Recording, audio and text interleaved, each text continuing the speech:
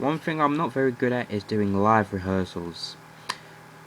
Or what's even worse is doing live vlogs. I'm really bad at these things. That's why I do a lot of jump cuts in my videos and awkward edits. But for this video, I won't be doing a lot of that, as this is just a response video and I'm recording from my iPod Touch, so your quality is not up to standard. 4th generation, not a good camera. Get the iPod Touch 5th generation, you probably get better quality out of it, and you'll probably get widescreen as well. And you probably think to yourself, is it even worth it getting? But I'm not going to go into it now. Anyways, I'm going to do a response video for Only Human Make Me Normal, which I actually put in the description box below. And I'm just going to say a couple of updates that's happening to 4 people. I'm going to go straight to the point. I'm not going to go with the talking. So, I'm going to start with Munir, as he's another friend of mine. That was on the, featured on the documentary. He's a cool guy, by the way. I would check his YouTube channel out, which is Mr. Saxon 007 here, and his other channel right here. Anyway, the guy's doing pretty well, man. He's performing on stage in pantomimes and stuff like that. He's also an actor who does a lot of modelling photos as well, which is absolutely fantastic, and he seems to be doing pretty well in his life. Even though losing his mother was the most difficult thing that he ever been through, and which is, I'm not gonna lie, I even cried through this bit as well. It's that bit that also, you know, it was emotional, and I even cried at that bit. Every single time I would watch it, I would always cry watching that bit. And it's sad. And I think I feel it a lot more now that I'm older. So, yeah. But anyways, the guy's doing pretty well, man. I just really do hope that he's going to continue the way he is, and hope he doesn't, you know, doesn't lose himself, you know, because that's one thing you don't want to be doing, and it would be really sad. But man, after going through a rough battle, this guy is still going strong, man. This guy's a strong guy, and I really do appreciate it as well. And if he's watching this video, man, I'm gonna give a good shout out to him as well. So you know, to see, you know, how you doing and stuff like that. And yeah, and if he's watching this video, please inbox me as well, or you know, send me a message on BBM, as I have actually got you on there as well. So yeah, but yeah, check this cool guy out, man. He's awesome. And as for Roxanne, now we're going to move on to her, who's the black girl in the documentary, who was with her friend Liam in this really cute scene. I actually thought that was the cutest scene I've ever seen in that documentary of her and Liam. Although, unfortunately, they are not couples. They're just friends. Friends. Got it? Friends. But I probably have just killed the whole vibe now. She says it's a lot better than I do. But anyway, she on the other hand is at college doing retail and admin, which is actually a really good course for, I guess. You know, she's doing pretty well, and she's actually getting good grades as well. So, you know, I do wish her the best for the for her success as well. You know, and you'll probably see her at your nearest store somewhere. And hopefully she won't be sticking her middle finger at anybody. Wouldn't want that at all. Don't want to be scaring the customers away. But enough of the jokes. Don't worry, it's just jokes. But yeah, if she's watching this video as well, I also want to give a good shout out to her as well. And you know, carrying her success. And you know, don't let anybody bring you down. And don't let, you know, whatever people say about you, you know, don't take it to heart, man. You know, especially the negative things.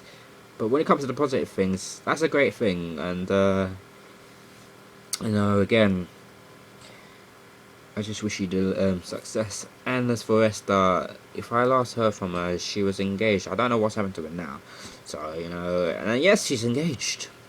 She was actually engaged, and I remember hearing that story, and I was quite shocked because she was somebody who couldn't find a boyfriend.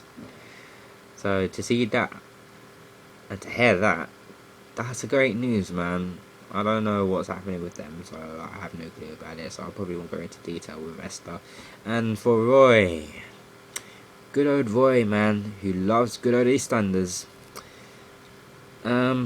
As for Roy, on the other hand, I don't know what's going on so much, but I actually was on the same bus as him pretty recently. I think like 2 months ago or something like that. And he was with his friends at the time, and the guy seems to be having a lot of fun and socializing with friends and stuff. But you know, that's just typical of Roy. And again, with Roy, I don't know so much about him. I'm glad he's not with Kirsty, because that Kirsty is not a one. It's not a 2-timer, but a 3-timer, man. And obviously, she ain't no good news to him. And Kirsty, if you are watching this video,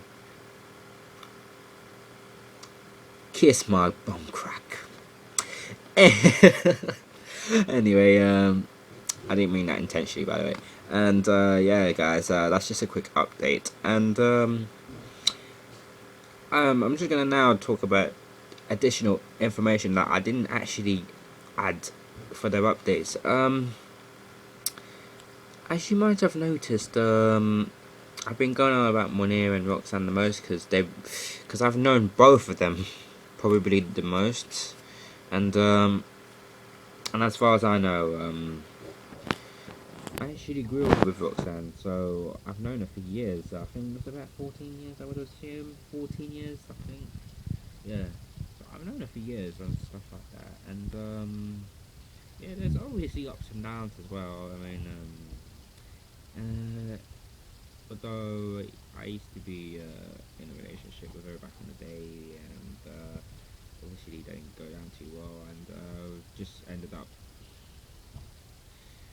being friends and stuff, and you know, it also had football fights and stuff like that, and although I'm not really close with it now, because obviously we both went separate directions. She went that way and I went that way, so you know, it was really hard as well, and she went through a really tough time as well, going through depressions and stuff like that, which I was not surprised, quite frankly, because at school, I'll tell you, was treating her like some kind of robot and stuff like that, which is kind of stupid. Why would you go bundle a bunch of autistic and Asperger's people and treat them like robots, making them feel so different that they don't even fit in this world? To tell you the truth, everyone is different. So, what are you complaining about? But hey, yeah, so she went through a couple of depression, and which is really horrible as well. She also was anorexic as well, so at one stage, because she was very insecure with her image and stuff like that. But I blame the media for that one. It's the media's fault for sort of portraying skinny ladies and big muscly men.